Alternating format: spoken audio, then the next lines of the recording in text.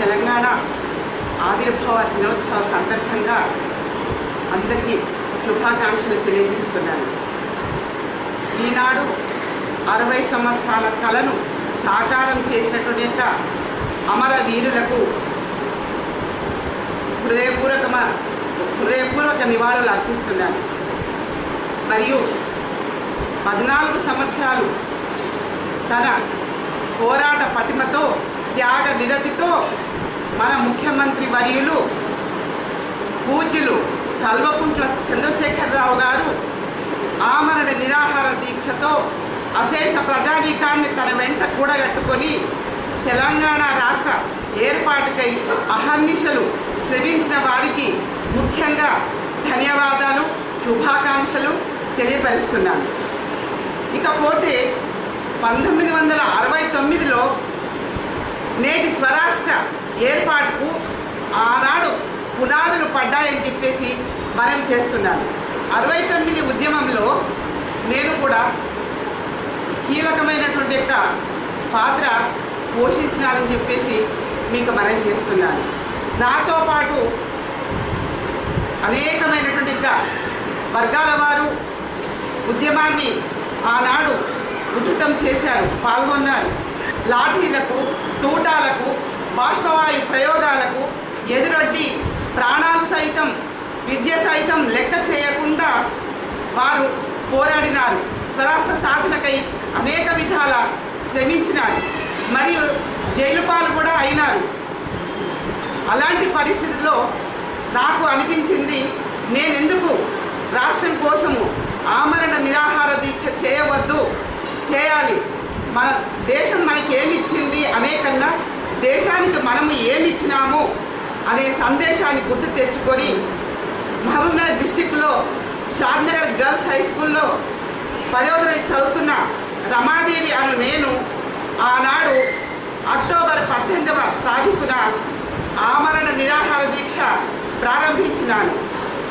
18 అక్టోబర్లో ప్రారంభించిన నిరాహార దీక్ష అక్టోబర్ 24 వరకు కొనసాగింది. డాక్టర్లు పరీక్షించి నా యొక్క ఆరోగ్యం క్షీణించిందని తెలియపరిచినారు. అందుకు ఆనాటి వలస పాలకులు బలవంతంగా నిర్బంధించి నన్ను అరెస్ట్ చేసి హాస్టల్లో చేర్పించి నాకు బలవంతంగా గ్లూకోజ్ మత్తు ఇంజెక్షన్లు ఇచ్చి నా దీక్షను భగ్నం చేసినారని చెప్పేసి ఆశేష తెలంగాణ ప్రజానీకానికి మరొక్కసారి ఈనాడు 9 టీవీ ద్వారా మీకు తెలియపరుస్తున్నాను. వారం రోజుల తర్వాత బలవంతంగా చాలా అనారోగ్యంతో ఉన్న నన్ను బలవంతంగా అరెస్ట్ చేసి ఆసుపత్రిలో చేర్పించి నా దీక్షను భగ్నం చేసినారు. అప్పట్లో జరిగినటువంటి ఆ పరిస్థితికి రమాదేవి అనే విద్యార్థి మరణించిందని విద్యార్థి లోకానికి తెలిసి హైదరాబాద్ నుంచి వరంగల్ వరకు చాలా బస్సులు బస్సును పగలగొట్టి చాలా ఆందోళన చేసినారు. రాష్ట్రం రాలేదు, కానీ ప్రభుత్వ ఆస్తి నష్టానికి కారకురాలిని పరోక్షంగా నేనయ్యానని చాలా బాధపడ్డారు. అయినప్పటికీ ఏ ఆశయంతో ఉద్యమం ఆరంభమైందో ఆ ఆశయం నెరవేరకుండా ఉద్యమం ఆగిపోయింది. అందుకు ఆనాటి విద్యార్థి లోకమంతా, ప్రజలంతా, మహిళలు, న్యాయవాదులు ప్రతి ఒక్కరూ కూడా బాధతో ఉద్యమం విరమించి తిరిగి వారి వారి యొక్క వృత్తులలో ప్రవేశించడం జరిగినది. మేము ఆనాటి విద్యార్థులను కూడా మళ్ళీ పాఠశాలలకు, యూనివర్సిటీలకు వెళ్ళడం జరిగింది.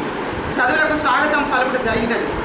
కానీ మళ్ళీ ఆ ఉద్యమాన్ని మన ముఖ్యమంత్రి వర్యులు 14 సంవత్సరాలు పోరాట పటిమతో స్వరాష్ట్రాన్ని సాధించి ఈనాడు ఆసరా పింఛను పథకం అయితేనేమి, కళ్యాణ లక్ష్మి అయితేనేమి, ఇంకా ఇలా మిషన్ కాకతీయ, మిషన్ భగీరథ అయితేమి ఏదైతేమి ప్రతి ఒక్కటి కాదు, 2 కాదు, అనేక విధాలుగా అందరికీ అండదండగా ఉంటున్నటువంటి వారు, సుస్థిరమైనటువంటి సుపరిపాలన అందిస్తున్న వారికి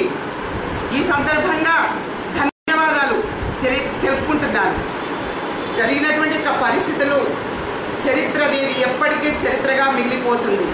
ఎందుకు ఆరంభమైంది ఉద్యమము, ఎందుకు ఆగిపోయింది సమస్త తెలంగాణ ప్రజానీకానికి అందరికీ తెలుసు. మనసులో బాధ నివురుగప్పిన నిప్పుల తెలంగాణ రాష్ట్ర కోరిక బలీయంగా తెలంగాణ ప్రజల గుండెల్లో ఉండిపోయింది. దాన్ని తిరిగి మన ముఖ్యమంత్రి వర్యులు తెలంగాణ రాష్ట్రాన్ని సాధించే వరకు తమ కాంక్షను ప్రజల్లో కూడగట్టుకొని అనేకమైనటువంటి యొక్క బాధలు తట్టుకొని మనకు ఈనాడు తెలంగాణ రాష్ట్రాన్ని సాధించినందుకు వారికి ఎప్పటికీ రుణపడి ఉంటామని 9 టీవీ ద్వారా మనవి చేస్తున్నాను.